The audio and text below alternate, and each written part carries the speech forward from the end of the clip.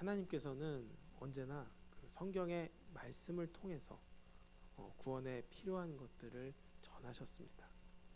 그런데 이 성경 말씀을 보다 보면 어떨 때는 딱딱하고 또 퍽퍽하게 느껴지기도 합니다.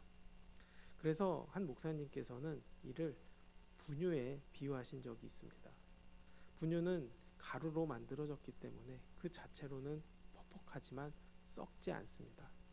그래서 물을 붓고 흔들 때 아이가 비로소 먹을 수 있게 됩니다.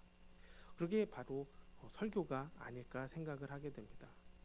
그 말씀이 썩지 않게 하기 위해서 하나님께서는 단순하고 또 어떻게 보면은 딱딱하게 느끼게 성경의 말씀을 쓰게 하신 것이죠. 야곱의 예언도 마찬가지입니다. 겉으로만 들으면 아버지가 자녀들에게 너무 직설적으로 때로는 너무 냉정하게 말하는 것처럼 느껴질 수도 있습니다. 그러나 그 말 한마디 한마디는 그들에게 반드시 필요한 말이었고 또 그 안에는 깊은 사랑이 담겨져 있습니다. 야곱은 각 사람의 성품과 그릇에 맞게 그 필요한 말을 전한 것입니다. 어제에 이어 오늘도 여섯 아들에 대한 예언이 이어져 갑니다. 이 모든 예언도 마찬가지입니다. 결국 하나님의 구원의 역사가 각 사람을 통해서 어떻게 이루어질 것인지 또 어떻게 갈 것인지 또 어떻게 변화되어야 할 것인지를 바라보고 내다보는 믿음의 선포였습니다. 단에 대한 야곱의 예언은 그가 가질 공적인 지위와 함께 그의 위험한 성품에 대해 경고하고 있음을 보고 있습니다. 야곱은 단이 이스라엘의 한 지파같이 그의 백성을 심판하리로다라고 선포합니다.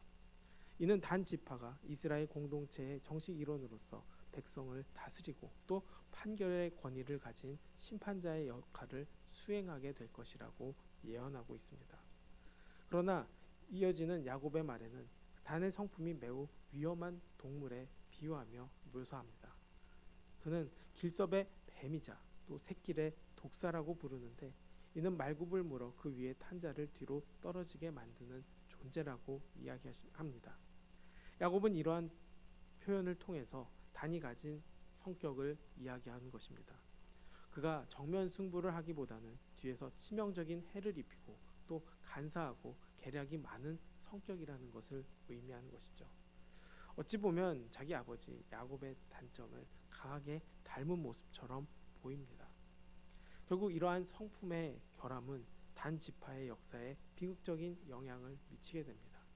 나중에 단 지파는 그 성격적 특징으로 인해서 이스라엘 지파 내에서 뿌리채 뽑힐 뻔한 위기를 겪게 되고 또 마지막 때 요한계시록에 기록된 12지파 명단에서도 그 이름이 사라지는 결과를 맞이합니다. 야곱은 단이 멸망하기를 원하진 않았을 것입니다. 그리고 그가 심판자라는 지도자적인 위치를 받았다는 것도 우리는 보게 됩니다.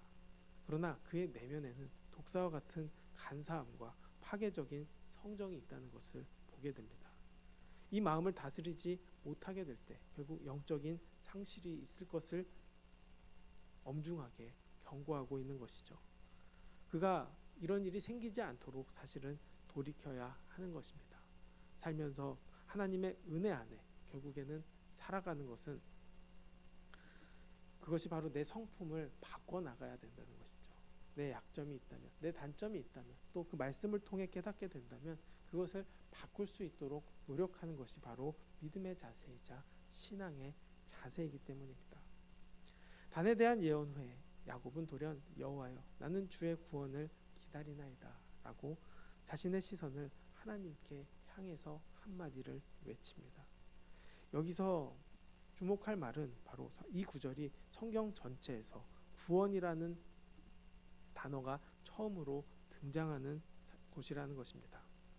여기서 뜻하는 구원은 히브리어로 예슈아로 신약에서 나오는 예수라는 이름의 어원이 됩니다. 야곱은 임종 문턱에서 장차 오실 메시아 예슈아를 통한 구원을 내다보며 이 고백을 드렸던 것입니다. 야곱은 평생 하나님의 구원을 몸소 경험하고 살아온 사람이었습니다. 그러나 그는 죽음 앞에서 그 마지막 순간에 이미 받은 구원에 머물지 않고 마침내 완성될 구원 그리고 곧 영생을 바라보고 있습니다.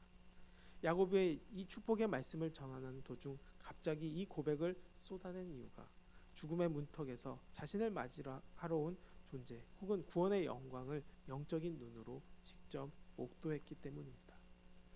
이 모습을 보았을 때 신앙의 본질이 무엇인지를 다시 한번 생각해 보게 됩니다. 야곱은 자녀들에게 세상의 복을 빌어주는 그 자리에서도 정작 자신은 하나님과의 관계 안에 완성될 영원한 생명에 온 마음을 쏟고 있었다는 것을 보게 됩니다. 결국 신앙이란 무언가를 소유하는 것이 아니라 구원을 소망하는 것임을 그의 마지막 고백을 통해 보게 되는 것이죠. 따라서 야곱의 이 한마디는 육체의 고통을 벗어나기 위한 부탁이 아니라는 것을 봅니다.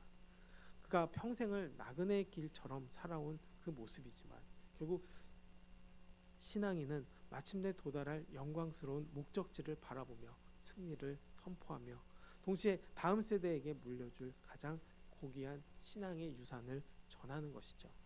이 축복을 모든 자녀가 받기를 원하는 것입니다.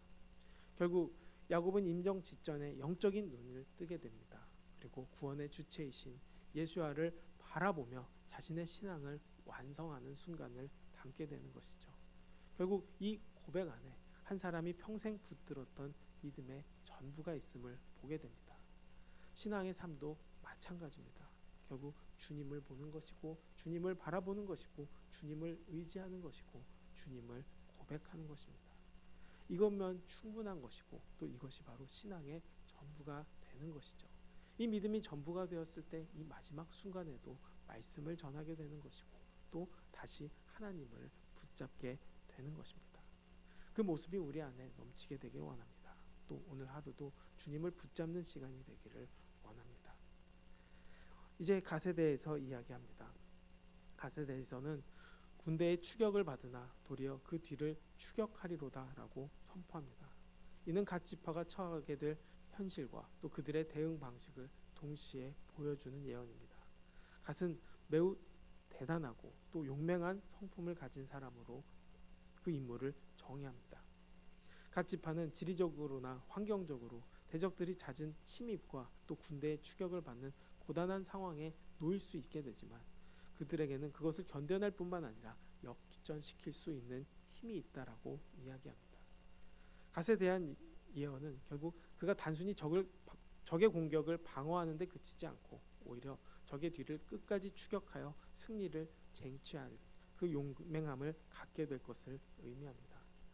이는 갓 지파가 이스라엘 공동체 내에서 용맹한 군사적 역할을 감당하며 또 어떤 역경 속에서도 굴하지 않는 강인한 생명력과 또 용기를 발휘할 것을 축복하는 내용입니다. 이제 아셀에 대한 이야기를 합니다. 아셀에 대한 예언을 통해 그가 누리게 될 물질적인 풍요와 또 최상의 먹거리를 얻게 될 것을 예언하고 있습니다. 야곱은 아셀에 대해서 아셀에게는 나는 먹을 것은 기름진 것이다. 그가 왕의 수라상을 차리리로다라고 예언합니다. 이 안에는 결국 아셀 지파가 누리게 될 복과 그 성격이 깊이 드러나게 됩니다. 아셀이 정착할 땅에서 풍요롭게 살 것을 이야기합니다. 기름진 것이라고 이야기한 표현은 단순히 음식이 많다는 것을 넘어 영양가가 높고 또 질 좋은 소산물을 풍성하게 길러낼 만큼 비옥한 땅에서 살 것을 이야기하고 있습니다. 아셀 지파가 이 기름진 토지 위에서 경제적인 번영과 또 넉넉한 삶을 누리게 될 것이라는 것이죠. 이 축복은 단순한 풍요만을 이야기하지 않습니다. 왕의 수락상을 차릴 수준의 것으로 묘사하고 있습니다. 그저 먹고 사는데 부족함이 없을 정도가 아니라 이스라엘 안에서도 가장 탁월하고 귀한 것으로 인정받을 만큼 최상의 가치를 가진 그 소산물들이 아셀에게서 나올 것임을 시사하고 있습니다. 결국 아셀이 누릴 풍성함과 대접하는 복을 이야기하는 것이죠. 야곱의 유언은 비옥한 땅을 기반으로 한 물질의 번영을 넘어서 결국 풍성함으로 왕을 섬기듯 최고의 것을 내어드리는 영광을 누리게 될 것이라고 이야기하는 것입니다. 이 복은 홀로 누리는 것이 아니라 결국 귀한 것을 아낌없이 내려놓을 수 있는 그 넉넉함, 그것이 바로 아셀에게 물려준 복의 본질이라는 것을 보게 됩니다. 이제 납달리에 대해서 이야기합니다. 노인 암사슴이라고 납달리를 비유하며 아름다운 소리를 발하게 될 것이라고 예언합니다. 암사슴은 산과들을 거침없이 누비는 자유롭고 생동감이 넘치는 존재입니다. 야곱은 납달리에게서 그 생명력과 활력을 보게 됩니다. 그리고 그 활력 가운데 아름다운 소리를 발하게 될 것이라고 이야기합니다. 이는 찬양이 넘치는 곳이 될 것이라고 이야기하는 것입니다. 그는 공동체의 기쁨을 전하는 소식을 감당하며 또 하나님을 찬양하는 은혜를 누리게 될 것이라는 것이죠. 결국 하나님이 주신 생명력을 가지고 찬양과 기쁨을 퍼뜨리게 될 지파임을 이야기합니다. 결국 아름다운 소리를 낼 수 있는 것도 하나님의 은혜고 또 그 생명력을 가지고 찬양할 수 있는 것 그리고 기쁨으로 퍼뜨릴 수 있는 그 역할도 하나님의 은혜 가운데 있기에 늘 주님을 붙잡고 그 믿음으로 살아가기를 원하는 것이죠. 이제 요셉의 이야기를 하게 됩니다. 요셉은 형제들 가운데 가장 길고 또 풍성한 복을 받는 사람이었습니다. 야곱은 그를 샘 곁에 무성한 가지로 또 그 가지가 담을 넘었다라고 이야기합니다. 이 표현은 단순한 번성함을 넘어 매우 중요한 축복의 원리를 담고 있습니다. 이는 요셉의 복이 자기 울타리에 머무르지 않고 담 넘어 흘러가 이웃에게 닿는 복 그리고 누군가를 살리는 복이라는 것입니다. 그 축복의 과정은 결코 쉽지 않습니다. 요셉은 활 쏘는 자들 곧 그를 대적하는 자들에게 오랜 학대와 또 적개심을 받습니다. 그럼에도 불구하고 그의 활은 굳세었고 또 팔에는 힘이 있습니다. 결국 야곱은 그 힘의 근원이 요셉 자신의 능력이 아니라 바로 전능자이신 하나님의 손에 힘입은 것임을 분명하게 밝힙니다. 사실 요셉은 총리가 되는 과정도 만만치 않지만 사실 총리가 되어서도 만만치 않은 견제를 받았을 것입니다. 그러나 그 견제를 이겨낼 수 있었던 이유도 바로 하나님의 도우심이 있었다는 것이고 또 그 도우심 가운데 믿음으로 바라보았기 때문에 그가 그 민족이 다시 구원받을 수 있고 회복될 수 있는 그리고 출애굽할 수 있는 모든 기반을 만들었다는 것이죠. 그렇기 때문에 이 축복을 누릴 수 있었던 것이고 또 하나님의 은혜를 붙잡을 수 있었다는 것입니다. 사실 요셉에게 이어지는 축복은 그 깊이와 넓이가 헤아릴 수 없을 정도로 크다는 것을 오늘 야곱의 모습을 통해서도 보게 됩니다. 야곱은 요셉에게 하늘의 복, 또 아래로는 깊은 샘의 복, 그리고 젖먹이는 복과 태의 복, 그리고 전능자로 말미암아 모든 복이 쏟아질 것을 선포합니다. 그 축복은 선조들의 것보다 더 나아서 영원한 산이 한없음 같이 요셉의 머리와 또 그 형제 중에 가장 뛰어난 자의 정수리로 돌아올 것이라고 이야기하고 있습니다. 고난을 통과한 자에게는 쏟아지는 하나님의 축복이 얼마나 크고 넓은지를 보여주고 있는 것이죠. 결국 하나님께 믿음으로 나아가고 하나님을 붙잡고 또 하나님의 인도하심을 믿고 나아가는 가운데 고난에 넘어 결국 주님이 주시는 큰 축복을 누릴 수 있다는 것을 요셉을 통해 보게 됩니다. 우리의 삶 속에서도 많은 견제와 어려움, 고난, 고통들이 있을 수 있지만 결국 주님 붙잡고 믿음으로 나아갈 때 이것이 복이 되는 것입니다. 우리 역시도 주님 붙잡고 믿음으로 또 의지하며 나아갈 수 있게 되길 원합니다. 그때 누리는 복을 누리게 되기를 원하며 또 그 끝에 믿음의 은혜 안에서 늘 하나님만 바라보는 또 구원의 기쁨을 누려보는 우리가 되기를 원합니다. 이제 마지막으로 베냐민에 대해서 이야기하고 있습니다. 베냐민에 대해서 야곱은 물어뜯는 일이라고 이야기합니다. 아침에는 빼앗은 것을 먹고 또 저녁에는 움킨 것을 나누게 될 것이라고 선포하고 있습니다. 1위는 공격적이고 또 용맹한 짐승이기 때문에 베냐민에게는 강한 투쟁심과 또 결단력이 있다는 것을 우리가 이 말씀을 통해서 보게 됩니다. 그러나 그가 성질이 보통인 사람은 아닌 것 같습니다. 그래서 빼앗는 것으로 끝나지 않습니다. 그리고 이를 넘어서 결국 나누는 존재가 된다는 것이죠. 그의 강한 기질 가운데 하나님의 섭리 안에 그 강한 기질이 다듬어지면 결국 그것이 공동체 안에서 위대한 힘으로 전환된다는 것입니다. 결국 우리 삶 속에 열정과 열심이 필요하고 또 그 열정을 가지고 살아가는 것도 중요하지만 결국 그런 강한 성격을 가지고 살아갈 때 얼마나 많은 불편함이 있습니까? 그러나 그 내면에 또 하나님의 역사가 또 하나님의 섭리가 이루어질 때 그 섭리를 통해서 삶이 다듬어짐으로 인해서 공동체를 향한 큰 힘으로 전환된다는 것을 보게 됩니다. 우리의 삶의 열정 가운데 사실 부딪히고 어려운 사람들도 많습니다. 또 이것이 문제가 돼서 관계가 깨져질 때도 많습니다. 그러나 그럴 때일수록 주님을 붙잡게 되기를 원합니다. 내 안에 그런 문제가 있다면 그럴 때도 주님을 붙잡고 또 어려운 가운데 주님이 인도하시고 나를 깎아내는 시간이라고 생각할 때 더욱더 겸손해질 수 있고 또 그 겸손해졌을 때 주님이 쓰시는 사람으로 또 회복의 사람으로 바뀐다는 것을 보게 됩니다. 결국 모든 문제가 있지만 삶 속에 그 문제 가운데 하나님이 역사하시고 하나님이 그 섭리 가운데 인도하시면 그 모든 것은 회복이 되고 축복이 된다는 것이죠. 야곱은 이 아들들에게 바로 그 축복의 말씀을 이 유언을 통해서 전하게 됩니다. 그리고 성경은 이 모든 아들들에게 각 사람들의 분량대로 축복했다라고 특별하게 강조하고 있습니다. 분량대로 축복했다는 것은 각 사람의 성품과 그릇에 알맞은 축복이 주어졌다는 것입니다. 이 모든 과정에서 결국 하나님의 역사 가운데 필요한 말들이 전해졌음을 보게 됩니다. 이제 이 말씀을 듣고 어떤 선택을 하느냐 또 어떤 삶을 사느냐는 그들에게 달려 있습니다. 어떤 사람에게는 축복의 말이 있었고 또 어떤 사람에게는 저주의 말도 있었습니다. 그러나 그 저주 가운데서도 나를 고치고 나를 깨뜨리고 주님 앞에 나아가면 그 저주는 축복이 됩니다. 또 이 축복 가운데 믿음으로 지키겠다고 나서면 그 믿음조차도 축복입니다. 결국 그 모든 것들이 축복임을 보게 되는 것이죠. 이 12아들 가운데 유다는 스스로 자신을 깎고 또 다듬었기에 영적 권세를 얻습니다. 또 납달리는 아름다운 소리로 또 요셉은 담을 넘는 축복으로 또 베냐민은 용맹함으로 하나님이 쓰시기에 합당한 성품의 그릇이 되었음을 이야기합니다. 이 그릇이 준비되고 완성되면 결국 온전한 꽃을 피울 수 있다는 것이죠.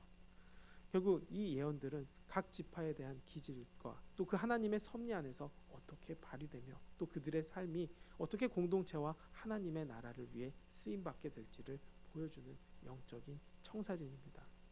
결국 야곱의 유언은 부모로서의 단순한 소원이 아닙니다. 하나님의 구원의 역사가 어떻게 각 사람을 통해 이루어갈지 내다보는 믿음의 선포라는 것이죠.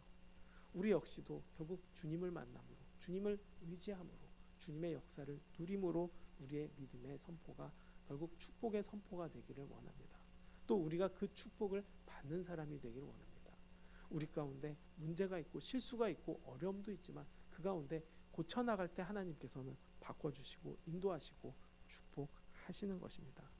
결국 믿음의 복을 선포할 수 있게 되기를 원합니다. 또 그 선포를 온전하게 받아들여 주님의 사람으로 변화되는 놀라운 은혜를 누리게 되기를 원합니다. 또 이것이 축복이고 또 이것이 주님이 주시는 은혜임을 기억하며 믿음으로 변화되고 또 믿음으로 하나님을 의지하며 섭리 가운데 그 축복을 누리는 우리 모두가 되기를 주님의 이름으로 축원합니다. 기도하겠습니다. 하나님, 야곱의 유언을 통해서 그들의 모습을 보게 되고 또 그들 모습 가운데 그들이 변화되어야 될 것들을 보게 됩니다. 이 모든 가운데 하나님의 축복이 있음을 믿습니다.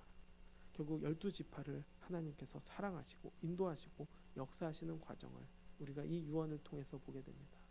또 이 유언이 나에게 들리는 것처럼 느껴질 때가 있습니다.